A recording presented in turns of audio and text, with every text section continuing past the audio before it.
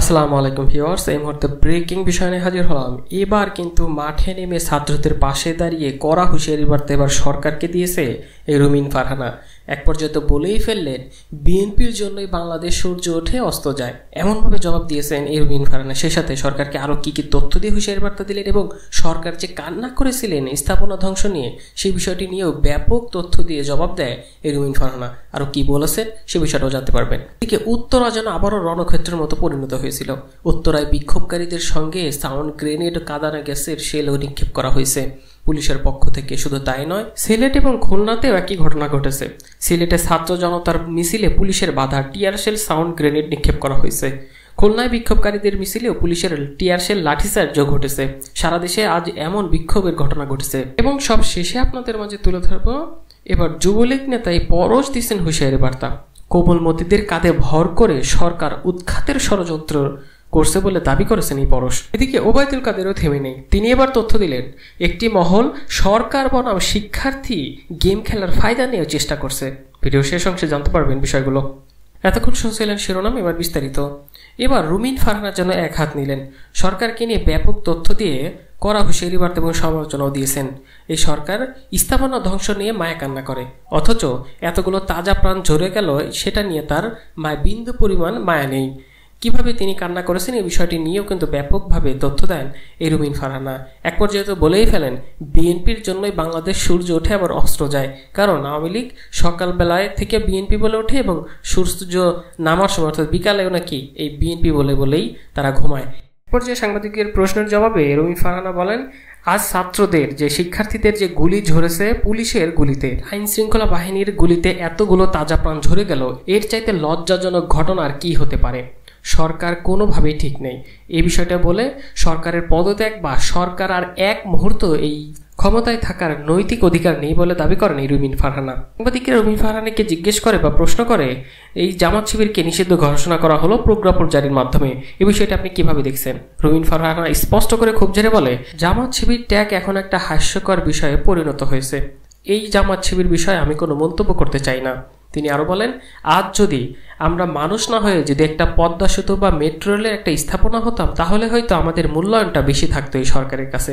এমনটা ভাবে নানাভাবে অপমান করে সরকারকে কঠোর হুঁশিয়ারি বার্তা দেন এবং ছাত্রদের পাশে থেকে যাবেন বলে হুঁশিয়ারি বার্তা দেন এই সরকারকে রুমিন ফারহানা। এদিকে আবারও ঢাকা যেন রণক্ষেত্র পরিণত হয়েছিল আজ। ঢাকায় উত্তরার সেই সাথে বিভিন্ন এলাকায় ব্যাপক সংঘর্ষ ঘটেছে পুলিশ এবং ছাত্রদের মধ্যে। বিশেষ করে উত্তরায় বিক্ষোভকারীদের সঙ্গে সংঘর্ষ হয়েছে এবং সাউন্ড গ্রেনেড, কাঁদানো গ্যাসের শেলও নিক্ষেপ করেছে তারা। ঢাকার উত্তরে বিক্ষোভকারীদের সঙ্গে পুলিশ ও আওয়ামী লীগ নেতাদের ব্যাপক পাল্টাপাল্টি পাল্টা দেওয়ার ঘটনা ঘটেছে। এক পর্যায়ে বিক্ষোভকারীদের ছাত্রভঙ্গ করতে সাউন্ড গ্রেনেড ও কাঁদানো গ্যাসের শেলও নিক্ষেপ করে তারা। শুক্রবার বিকালে উত্তরা 11 নম্বর সেক্টরে মাইলস্টোন কলেজের সামনে এই ঘটনা ঘটে। বৈষম্য বিরোধী ছাত্র আন্দোলন আজ গণমিছিল কর্মসূচির ডাক দিয়েছিল। তাদের এই কর্মসূচির সামনে রেখে পুলিশ ও আওয়ামী লীগের সমর্থকেরা উত্তর 11 নম্বর সেক্টরে জম টাওয়ারের সামনে অবস্থান নেয়। অন্যদিকে শিক্ষার্থীরা মাইলস্টোন কলেজের সামনে অবস্থান নেয়। বিকেলে 4:15 পর আওয়ামী লীগের সমর্থকেরা মাইলস্টোন কলেজের দিকে থাকা শিক্ষার্থীদের ধাওয়া দেন। শিক্ষার্থীরাও পাল্টা ধাওয়া দেন। এ সময় পুলিশ শিক্ষার্থীদের ধাওয়া দেয় এবং সাউন্ড গ্রেনেড, কাঁদানো গ্যাসের সেল নিক্ষেপ করে। এ সময় শিক্ষার্থীরা ছত্রভঙ্গ হয়ে যায়। এ বিষয়ে কিন্তু দেখা যায় যে বাংলাদেশের অনলাইন একটি টেলিভিশন বেসরকারি সংস্থা চ্যানেল 24 একটি ছবি প্রকাশ হয়েছে, যেখানে স্পষ্ট করে দেখা যাচ্ছে একজন হেলমেট পরিহিত একটি গুলি নিয়ে কিন্তু তাক করে গুলি করছেন, এমন একটি বিষয় উঠে এসেছে। এটি উত্তরার ঘটনা। অন্যদিকে বাংলাদেশের বিভিন্ন জায়গায়ও কিন্তু এমন ঘটনা ঘটেছে। বিশেষ করে সিলেটে ছাত্র জনতার মিছিলে পুলিশের বাধা, টিয়ার শেল ও সাউন্ড গ্রেনেড নিক্ষেপ করা হয়েছে। সিলেট নগরীতে ছাত্র জনতার মিছিলে পুলিশের ব্যাপক বাধা দেওয়ার লক্ষ্য করা গেছে। ঘটনাস্থলে দ্য ডেইলি স্টারের সাংবাদিক স্পষ্ট করে জানান, জুম্মা নামাজের পর বিকাল 3টার দিকে নগরীর আখালিয়ার শর্মা গেটের এলাকায় পূর্ব নির্ধারিত কর্মসূচি অনুযায়ী শিক্ষার্থী ও স্থানীয় জনতা জড়ো হয়। আন্দোলনকারীরা মিছিল শুরু করলে বিকাল 4টার দিকে পুলিশ তাদের বাধা দেয়। তখন বিক্ষোভকারীরা ইট পাটকেল ছড়ে। পরে তাদের ছত্রভঙ্গ করতে police rubber bullet, tear shell ও সাউন্ড গ্রেনেড নিক্ষেপ করে তাদের ছত্রভঙ্গ করে দেয়। ঘটনাস্থল থেকে 10 জনের মতো আটক করতে দেখা যায় বলেও জানিয়েছে ডেইলি স্টারের সংবাদকর্মী। এ বিষয়ে তাৎক্ষণিক আইন শৃঙ্খলা বাহিনীর কোনো বক্তব্য পাওয়া যায়নি। শুক্রবার বিকেলে নগরীতে আখালিয়া এলাকায় ছাত্র জনতার জড়ো হলে মিছিল শুরু করলে পুলিশ তাদের লক্ষ্য করে সাউন্ড গ্রেনেড ও টিয়ারশেল নিক্ষেপ করে। খুলনাতেও একই চিত্র। খুলনার বিক্ষোভকারীদের মিছিলে পুলিশের টিয়ারশেল ও লাঠিচার্জ। বৈষম্য বিরোধী ছাত্র আন্দোলনের প্রার্থনা ও জনগণের জন্য গণমিছিল ছাত্র জনতার গণমিছিল কর্মসূচির ডাকে সাড়া দিয়ে শুক্রবার দুপুরের পরে বিক্ষোভ করেছে হাজারো শিক্ষার্থী অভিভাবক। সে সময় বিক্ষোভকারীদের ছত্রভঙ্গ করতে পুলিশের টিয়ারশেল ও লাঠিচার্জ করেছে।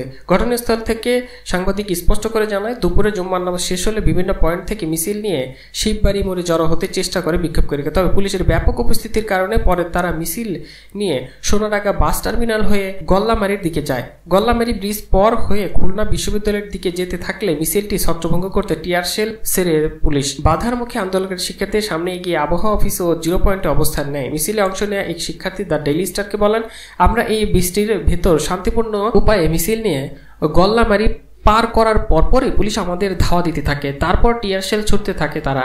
শিক্ষার্থীদের অভিযোগ, পুলিশের লাঠিচার্জ ও টিয়ারশেলে 50 জনেরও বেশি আহত হয়েছে।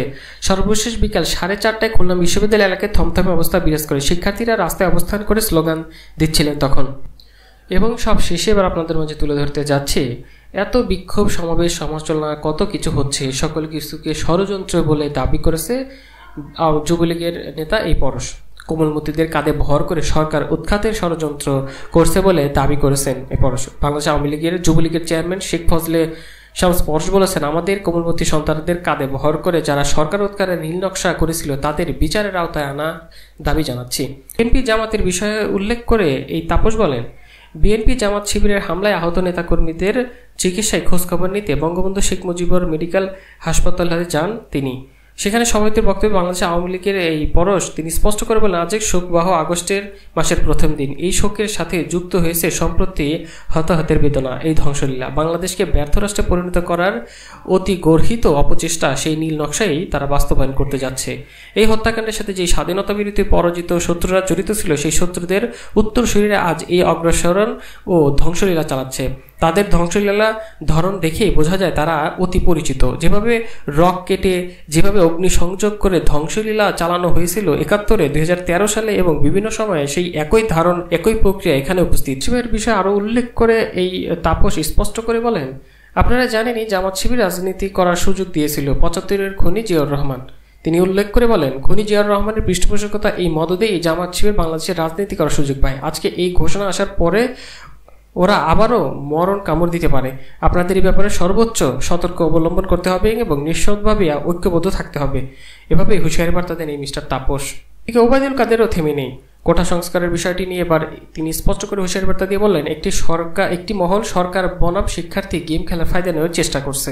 কোটা সংস্কারের দাবি পূরণ করা হলেও এর পরেও একটি মহল সরকার বনাম শিক্ষার্থীর গেম খেলে ফায়দা লোটার চেষ্টা করছে বলে দাবি করছেন ওবায়দুল কাদের। শিক্ষার্থীরা কারো ঢাল হিসাবে ব্যবহার হবে না, এমন আশা প্রকাশ করেন এই আওয়ামী লীগের সাধারণ সম্পাদক ওবায়দুল কাদের।